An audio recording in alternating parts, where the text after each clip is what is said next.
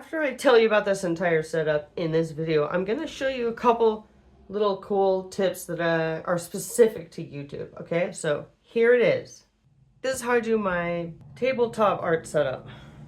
There's a couple different ways I paint, right? Sometimes it's on an easel, sometimes it's outdoors, sometimes it's indoors. Right now this is indoors, tabletop.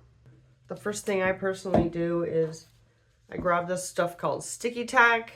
I sticky tack my canvas to the table so that when I'm painting it, it doesn't move around. That might be specific to YouTube, but I notice now when I'm not recording on YouTube that I will still use it. I like my painting being stuck there. Most of my canvases I get off Facebook Marketplace, previously painted on from places like Paint and Sips and things like that when they're going out of business. When I buy canvas, I get these economy packs from places like Ben Franklin or Blick Online where they have a return policy. This was 30 bucks, but this is always half off, so I got 10 for $15. Okay, I'm right-handed, so I want my stuff to be on the right. So first thing I personally do is I put down my towel. So let me just for a second let you know that this towel looks brand new. I accidentally hit it with paint the other day, so now I'm going to use it as my paint towel. But I'm going to use it for 2 years until it looks like this. So I don't use paper towels because I think it's a horrible waste. There's enough rags in the world that need to be covered in paint that are in the garbage that you can take out. So you don't need paper towels, just use rags. Water. I hope you like salsa. That's what this is, a salsa container. Wonton soup, reusable. Go eat some food, get some food, and then you have your containers. If you literally ask people on Nextdoor, say, hey, Nextdoor people, you make a lot of art. Will you save your little containers for me that have like sour cream and stuff? People will collect their containers and give it to you because it's fun not to waste stuff. So I like to put my water on my towel. It just keeps my towel there. I'm right-handed, so it's on the right. While I'll use something maybe like this for live art, so I don't take too many. Even when I get there, I'll still drop them in something like this so I can see the tops at all times. So much easier and faster. I love to outline things, so I'm going to need all these liners. All these small brushes I have. I wanted to grab some of these Blick Wonder Whites too because I love the Wonder Whites. If I lived near a Blick, I would only use Wonder White brushes. So I got my Blick Wonder White mini little tiny ones, 2 and 0. These are crazy. 12 over 0, 20 over 0, 30 over 0, 2, 0. This one's actually a mini filbert. Look how small that is. So I get my little ones I know I'm going to use, put them in the corner there. If I'm doing live art on YouTube, I pick the brushes I think I'm going to need for that painting. This small painting, I need small brushes. I like filberts and rounds, and there they are. Of course, I'll do it like a flat in there. Throw one in. Good little variety. I put them here. See how I can see all the tips? There they are, there they are. Boom. Okay? If you want to know about where I buy my brushes, these little mini ones I like, Royal and Langnickel, I get these at Ben Franklin. They're actually pretty affordable. They're like $5 each. That's affordable to me.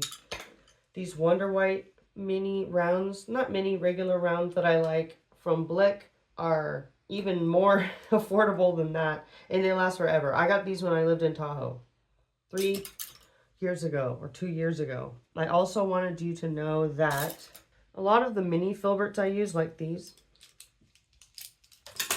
if you were somewhere like Ben Franklin shopping for these, you wouldn't even find these in the art section, in the painting section. You'd find these in the crafting section. Isn't that silly? These are called Color Factory. They're cheap. They get frayed, but they last for quite a while for being as cheap as they are. I think they're like $5 a pack. So that's a little backstory about the brushes.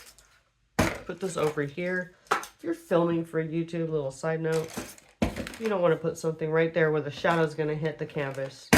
So I got my brushes over here to the right because I'm right-handed.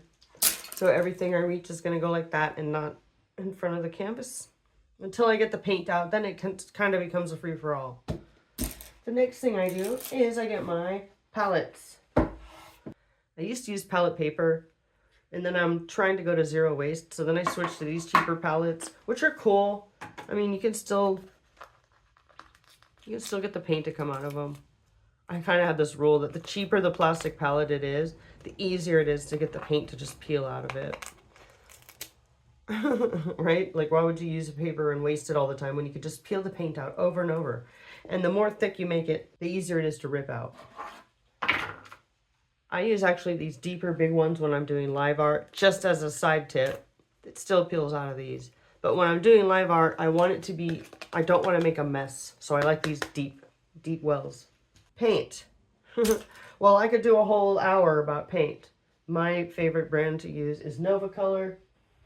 So I'm going to look at the painting I'm working on, and I'm going to say, well, I need some yellow. Looks like I got some blue in the hair I might want to touch up. Not sure what shades of blue I got. So I grabbed some cobalt, some cerulean, phthalo turquoise, and some white. So I can make like a sky blue. There's metallics in the sword. So maybe I'll grab silver, gold, sun gold, Nova Color, Nova Color. Currently, when I put my paint out, I use these little tubs. I'm actually switching over to using these instead. Right now, I just have my black and my white in here, but this is ultimately how I'm going to be doing all my Nova Color paint. Putting them in here and writing the name of it on here. So when I'm at home, and this is kind of silly, it maybe seems messy, but I'll work right out of the lids, or I'll put a little bit into a palette. But when I'm doing like a controlled figurative thing here, I use a lot of mediums. So here's my airbrush medium, which is, it actually has a binder in it, but it makes the paint watery, but it adds a very high gloss. Liquitex Flow Aid, which I call Water Plus, which is basically paint thinner. So you can add varying degrees of it to the paint to make it thinner. So you can see if you're scratching dry paint across the canvas and it's not going well, you need Liquitex Flow Aid. Matte medium, this makes any color more transparent. It's basically clear acrylic. I use it all the time. So you can see through the yellow to the blue. It's because I used matte medium. I often use this stuff called Stikki Tack. It's $2 for this much.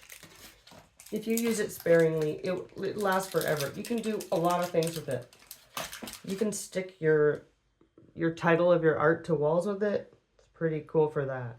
But I use it all around my art room to keep things from moving. So put a little Stikki Tack on that, and that's not going to move. Watch this. Now, if I'm in the middle of a YouTube video, these are both stuck, right? So I'm not going to, whoops. I use Stikki Tack for things like, some of my lights have remotes, so I can change the brightness of them. So I have Stikki Tack on the back of those, so that when they're on my table, I know exactly where they are. I don't lose it. If I have everything plugged in because my phones are running out of batteries, I'll Stikki Tack that so it doesn't slide around. Makes me feel like everything is all nice and secure. Again, this is for YouTubers. I got this the same day I got this like clamp-on one. The clamp-on one actually worked better, but I had to take the light off for it to work. These ones I do not recommend. The ones where you put your phone here and they're in the middle. They're not good for art. The light makes the art shine when it's wet. Hello, when you're painting, it's wet. This is an LED and it's soft, light. I can control it in the back and make it all different colors, warmer, colder, lighter, darker, much taller, much lower. That one, it really makes the art look cool. This other umbrella thing I got off Facebook Marketplace for like $20. And honestly, it's light years better than this. I would say don't bother with these. But I also used those for like the first 200 videos I made. So I'm also team use whatever you have. So getting the lighting right is just a matter of getting the things in the right spot. I did want to tell you about how cool this Hercules stand is, and I do recommend it. if you need a stand that kind of goes over a table like this. And then again for YouTube, I have like a drafting table that's just a little bit higher than a regular table, so that when I'm standing here working, I don't have to slightly bend my lower back, which just makes my back tired. And if you were ever a DJ or anything like that too, you know that a higher table, it's more fun for your back and posture. All right, so we went through everything you need. Canvas, something to put it on, Stikki Tack if you're a YouTuber, water, container that you're going to use a million times, towel that you're going to use for 10 years, 2 years at least, brushes that you can get cheap at the dollar store or in the crafting section. And then after all that, you have to have an idea and be in the mood to paint. If you are curious about that aspect of art, do you want me to tell you how I get in the mood to paint and crank out 3 or 4 paintings a week? I can explain that to you if you like. Just let me know.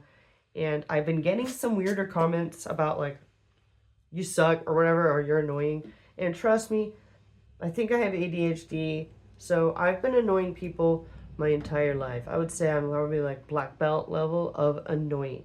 But because I'm also not into bullying or being rude, I'd prefer if anyone ever says anything mean on my channel, just to say thanks for being honest in the comments if you need to state anything to them. Thank you. Thanks for being honest. We all have bad days and say the wrong thing sometimes. So, yeah, but you know how I feel about that. Take your bad mood and put it onto the painting, like this. This one's called Mood Disorder. If you like weirdos with mood disorders, please subscribe and support me. Just by commenting makes my day and makes me keep going with the videos. I appreciate you so much. Thanks for tuning into my channel. Ask me questions in the comments. Subscribe.